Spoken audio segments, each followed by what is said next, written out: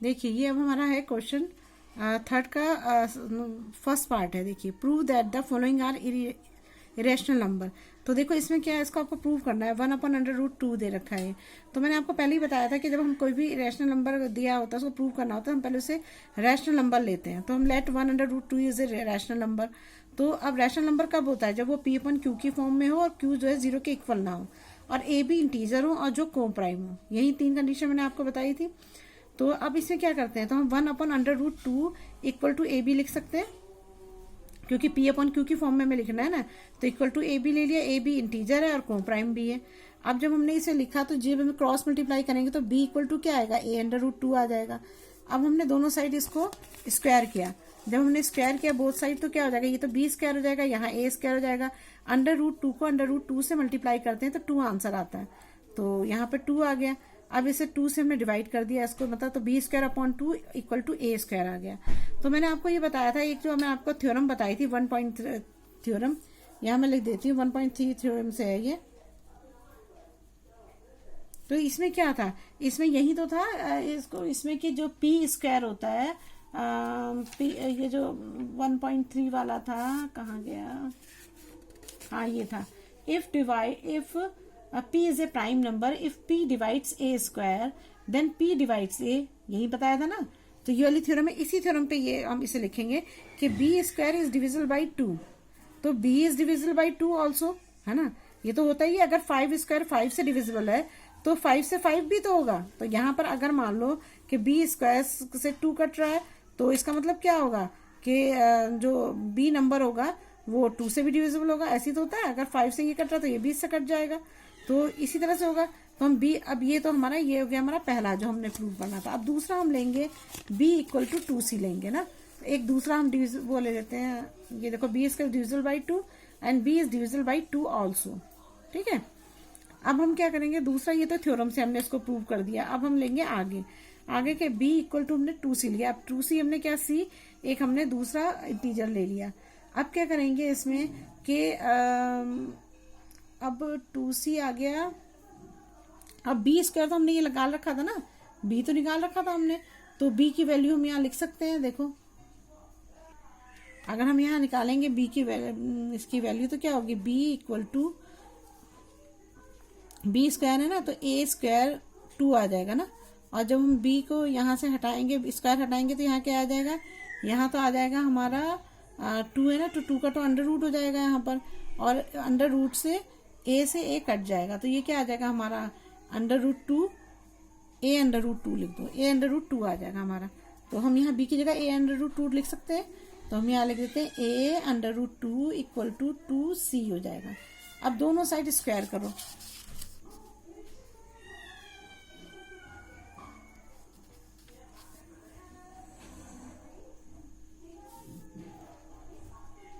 Squaring both side ना, तो क्या हो जाएगा यहाँ पर इसको ऐसे लिख दो पहले, A√2 का स्क्वायर और 2C का स्क्वायर हो जाएगा ना। तो आप देखो क्या होगा, इसको जब स्क्वायर करोगे तो क्या आएगा यहाँ पर A² हो जाएगा। √2 को √2 से स्क्वायर करेंगे तो क्या आ जाएगा यहाँ पर 2 आएगा, इक्वल टू हो जाएगा 2C का स्क्वायर करेंगे तो क्या आ जाएगा यहाँ पर 4C² आ जाएगा ना। ये आ जाएगा हमारा आंसर। अब देखो इसमें क्या करेंगे हम, अब देखो यहाँ पर क्या होगा। अब जब हम इसको यहाँ पर इसका स्क्वायर हटाएंगे, यहाँ पर ये है ना स्क्वायर, तो इसका स्क्वायर हटाओगे तो क्या बचेगा, 2 2 ज़ा 4 हो जाएगा और C आ जाएगा यहाँ पर। और यहाँ पर क्या आएगा A² 2A² लिख दो, 2A² आ जाएगा यहाँ पर। तो अब यहाँ पर अगर 2 इधर ले जाओगे तो 2 से 2 कट जाएगा। तो यहाँ पर क्या बचेगा हमारा, अब देखिए यहाँ पर ये A², यहाँ पर इसका स्क्वायर किया हमने तो 4C² आ गया ना। अब यहाँ पर हम क्या करेंगे 2A² और ये यहाँ से 2 से 2 तो कट जाएगा ना, 2 2 ज़ा 4 हो जाएगा। तो यहाँ पर 2C बच जाएगा, 2C² बच जाएगा। तो हमारा जो आंसर आएगा अब हमारा आंसर आ जाएगा, यहाँ मुझे लिखना चाहिए था तभी आपको समझ में आएगा, 4 है ना, और 2 को यहाँ ले जाएंगे तो 2 2 ज़ा 4 हो जाएगा। तो यहाँ बचेगा A² 2C² बच जाएगा ना। तो हमारा जो आंसर है, अब फिर वही लिखेंगे हम कि फ्रॉम ये 1 था हमारा और ये वाला हमारा 2 हो गया ना। अब हमारा 2 होगा तो ये हम यहाँ ये देख सकते हैं कि hence A square is divisible. देखिए अब हमारा जब ये आ गया तो हम इसको फिर भी थ्योरम 1.3 से लिख देंगे कि hence A square is divisible by 2, A is divisible by 2, है ना। ये तो हमने भी ऊपर भी करा है, वैसे ही करा इसको 1.3 की थ्योरम से। अब ये जो है फ्रॉम 1 और 2, 1 ये था हमारा, 2 ये था, इन दोनों में देखो अगर हम बी स्क्वायर को डिवाइड कर रहे हैं तो 2 से डिवाइड हो रहा है, और यहाँ ए स्क्वायर को डिवाइड कर रहे हो, अगर इसको यहाँ ले जाओगे तो सी स्क्वायर इधर रख दो तो यहाँ आ जाएगा ना a square upon 2 equal to c square हो जाएगा। तो अगर ए स्क्वायर को डिवाइड कर रहे हो तो भी 2 से डिवाइड हो रहा है। और हमने क्या बात करी थी, हमने ये बात की थी कि जो को प्राइम वो होते हैं, पहले तो हमें ये पता होना चाहिए कि रैशनल नंबर वो होते हैं जिसमें इंटीजर होते हैं, और जो इंटीजर होते हैं वो को प्राइम होते हैं ना। तो को प्राइम के लिए क्या हमने बताया था कि 1 होना चाहिए जरूर ना। तो यहाँ तो 1 भी अगर आप इसको देखो तो ये इसके कौन कौन से फैक्टर बनेंगे, इसके फैक्टर 1, ये 1 से भी डिवाइड हो रहा है और 2 से भी डिवाइड हो रहा है ना, हो रहा नहीं हो रहा है। यहाँ हम लिखा है ए स्क्वायर इज डिविजिबल बाई 2, तो इसका तो 1 भी इसका प्राइम नंबर है और 2 भी इसका है। दो फैक्टर आ रहे हैं इसके, और यहाँ पर भी 2 फैक्टर आ रहे हैं 1 और 2, तो दोनों के फैक्टर एक जैसे हो गए ना। तो 2 अगर फैक्टर एक जैसे हो गए तो वो को प्राइम है ही नहीं, और जब को प्राइम नहीं है तो ये कॉन्ट्रडिक्शन गलत है, और ए बी जो है को प्राइम नहीं है, इसलिए जो है 1/√2 इज इरेशनल नंबर है। समझ में आ गया? फिर से एक बार दोबारा से समझा देती हूँ आपको शॉर्ट में। देखिए इस क्वेश्चन में क्या दिया हुआ है कि सबसे पहले तो हमें इस क्वेश्चन में क्या करना है, √2 दे रखा है। तो मैंने आपको बताया था कि हम पहले इरेशनल को रैशनल नंबर मान के चलते हैं। तो हमने लेट कर लिया कि रैशनल नंबर के लिए a/p/q की फॉर्म में होना चाहिए, q 0 के बराबर होना चाहिए, a b इंटीजर होने चाहिए, और जो को प्राइम होने चाहिए। और को प्राइम वो होते हैं जिसमें कि दोनों में 1 कॉमन होता है, मतलब 1 कॉमन से मतलब 1 ही एक फैक्टर होता है जो दोनों में होता है ना, और कोई फैक्टर ऐसा नहीं होता है जो दोनों में कॉमन हो। तो अब हमने क्या करा, 1/√2 है इक्वल टू a/b ले लिए, 2 इंटीजर ले लिए जो p/q की फॉर्म में है। अब हमने इसको सॉल्व किया तो ये हमारा b इक्वल टू a/√2 आ गया। फिर हमने दोनों साइड इसको स्क्वायर किया, जब स्क्वायर किया तो हमारा क्या आंसर आ गया, b square a square into 2 हो गया, b square upon 2 equal to a square आ गया। तो हमने b स्क्वायर जब हमने ये देखा कि ये a मतलब ये हमने यहाँ पे ये लिखा जो थ्योरम 1.3 में है कि b स्क्वायर अगर डिविजिबल है 2 से तो b भी डिविजिबल होगा 2 से, ये होगा क्योंकि 5 स्क्वायर को अगर हम 5 से डिवाइड कर रहे हैं तो 5 को 5 से डिवाइड करोगे तो 1 आंसर आएगा ना, कटेगा ना, तो क्या होगा, तो ये डिविजिबल है। तो ये हमने थ्योरम से लिख दिया हमने। अब हमने क्या करा आगे कि b इक्वल टू हमने 2c लिया, मतलब एक इंटीजर दूसरा ले लिया, 2c लिया, तो 2c ले लिया हमने b की जगह पर, यहाँ पर इसको सॉल्व करके b इक्वल टू a/√2 आ रहा है, उसकी वैल्यू हमने यहाँ पर पुट कर दी। अब हमने कर दी यहाँ पर, तो उसके बाद हमने फिर दोनों साइड स्क्वायर किया तो a का स्क्वायर हो जाएगा, √2 को √2 से करोगे तो 2 ही आंसर आएगा, इक्वल ये √2 को √2 से करते हैं तो आंसर 2 आता है, तो 2 आ गया यहाँ पर। अब यहाँ पर 2 था, 2 2 4 और c स्क्वायर आ गया। अब हमने a स्क्वायर यहाँ रख दिया, 4c स्क्वायर के नीचे इस 2 को ले गए, यहाँ 2 2 4 हो गया, कट गया, तो हमारा क्या बचा, a square equal to 2c square आ गया।